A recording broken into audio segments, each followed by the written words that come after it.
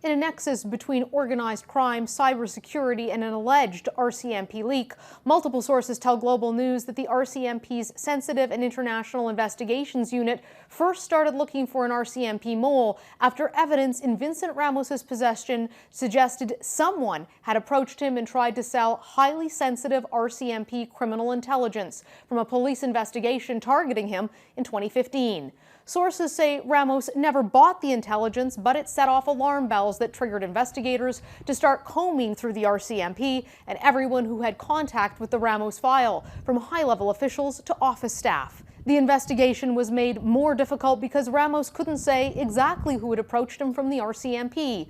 Police worked through a list of suspects until they identified Ortis, who allegedly had a wide array of highly classified intelligence in his possession at the time of his arrest. Sources say at least one of the charges Ortis is facing dates back to a 2015 attempt to pass on information that relates to the evidence from the Ramos case.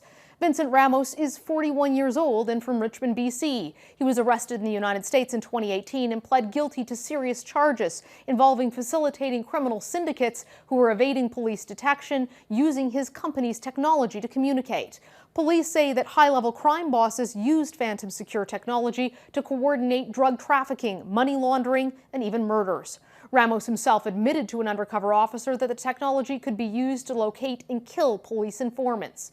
Authorities were worried about Ramos and Phantom Secure at least as far back in 2015, when the RCMP began using undercover officers posing as drug traffickers to infiltrate criminal networks and target Ramos. Sources believe Ortis would have had access to that 2015 Phantom Secure investigation and the list of undercover agents dealing with Vincent Ramos. Now, intelligence agencies and police departments across the country and in allied countries around the world frantically trying to assess the damage. Global News has been told that an untold number of highly sensitive domestic and international investigations and undercover officers could have been compromised depending on what Ortis is alleged to have sold. At this point, they are still trying to determine whether he was working alone. Tomorrow, RCMP Commissioner Brenda Lucki will publicly hold a press conference on the case for the first time.